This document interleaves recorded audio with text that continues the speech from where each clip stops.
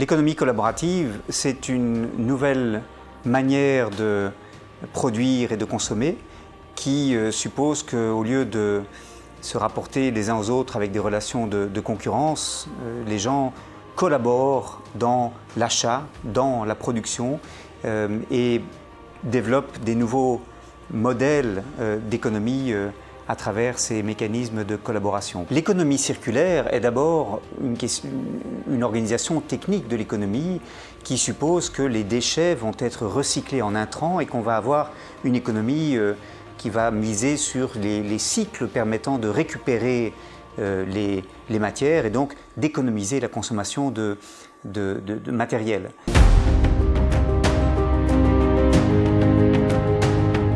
Il y a une volonté d'avoir une économie qui soit plus respectueuse de l'environnement, une économie aussi qui soit plus locale. Donc la transition se base sur le concept de la résilience. Résilience, c'est être la capacité de vivre des chocs extérieurs de manière agréable et de pouvoir continuer à vivre et à s'épanouir quand il y a des chocs extérieurs de plus en plus importants qui nous arrivent. Et un des moyens de construire cette résilience, c'est d'éviter d'être dépendant d'une économie extérieure. L'économie collaborative, ça nous permet quelque part de repenser les chaînes de valeur au sein du système et d'inciter les acteurs à faire du business autrement, en se préoccupant d'autres considérations, en quelque part aussi anticipant les risques qui peuvent y avoir et que mettent en évidence tous les enjeux de développement durable auxquels on est confronté aujourd'hui. C'est une extrapolation d'une étude anglaise, mais quand tu as 1 euro investi dans un système alimentaire local, enfin alternatif, c'est 2,40 € pour l'économie locale.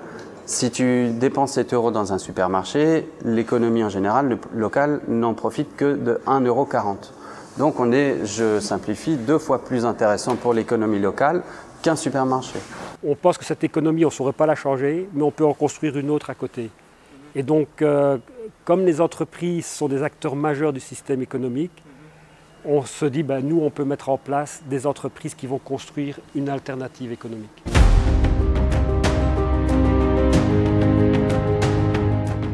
Avant la plateforme Meditruck, les pharmaciens travaillaient dans leur coin et il n'y avait aucun contact entre les pharmacies.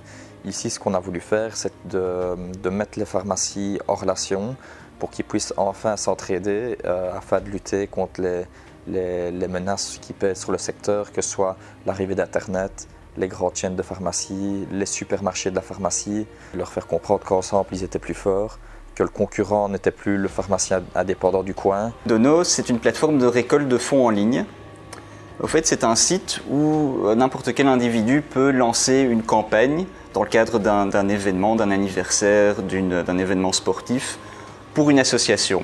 La façon dont on fonctionnait jusqu'à présent, c'est qu'on avait, admettons, 10 donateurs qui donnaient 500 €.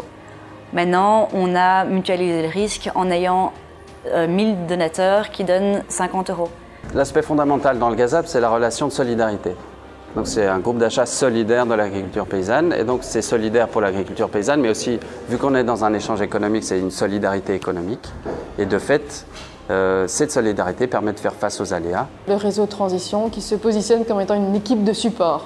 Et non, on n'est pas une fédération, on n'est pas les représentants, on n'est pas les porte-parole des initiatives de transition, mais on est vraiment une équipe qui se met en soutien à ces initiatives citoyennes qui émergent un peu partout. On a beaucoup de projets phares qui sont soit dans des thématiques, soit vraiment des projets concrets. En fait, on a considéré que notre mission de développement régional devait s'intégrer dans un partenariat entreprises, communes, universités, centres de recherche, de manière à viser à la fois l'attractivité du territoire, notamment au travers de son image, et sa réindustrialisation.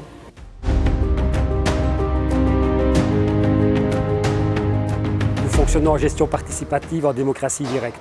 Ce fonctionnement participatif garantit que la visée, l'intérêt général, on ne l'abandonne jamais.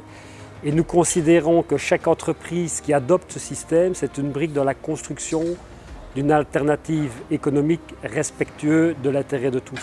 Un GASAP, ça fonctionne sur une base annuelle. C'est un engagement solidaire de la part des mangeurs et du producteur pour avoir toute l'année des légumes qui viennent d'un champ. Ça permet au public de base, qui ne sont pas des gros industriels ou des gros directeurs d'entreprise, de pouvoir faire un don à leur portée par simple croyance en nos convictions et en notre cause. Il n'y avait pas de communauté des pharmaciens indépendants. Le pharmacien indépendant travaillait tout seul dans son officine.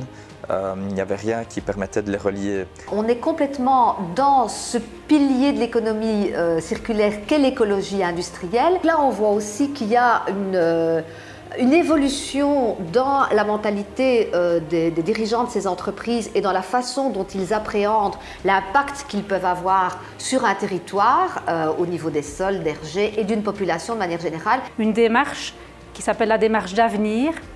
Et cette démarche a vraiment l'objectif de travailler tous ensemble au niveau des acteurs de la chaîne, système agroalimentaire wallon durable. C'est une économie qui est largement démonétarisée. On produit de la valeur, l'on récupère de la valeur, et donc la mesure classique du PIB comme mesure du progrès économique et de la richesse produite au sein de la société va être encore plus absurde à utiliser à l'avenir quand cette économie collaborative se sera véritablement développée et aura pris des proportions plus importantes qu'aujourd'hui.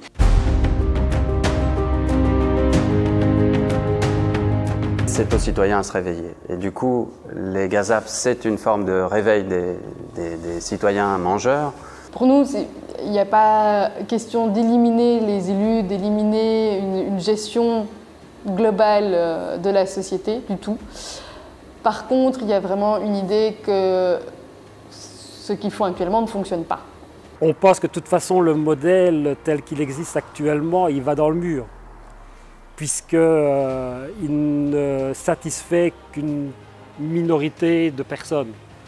Le modèle que nous on défend, il doit satisfaire le plus grand nombre.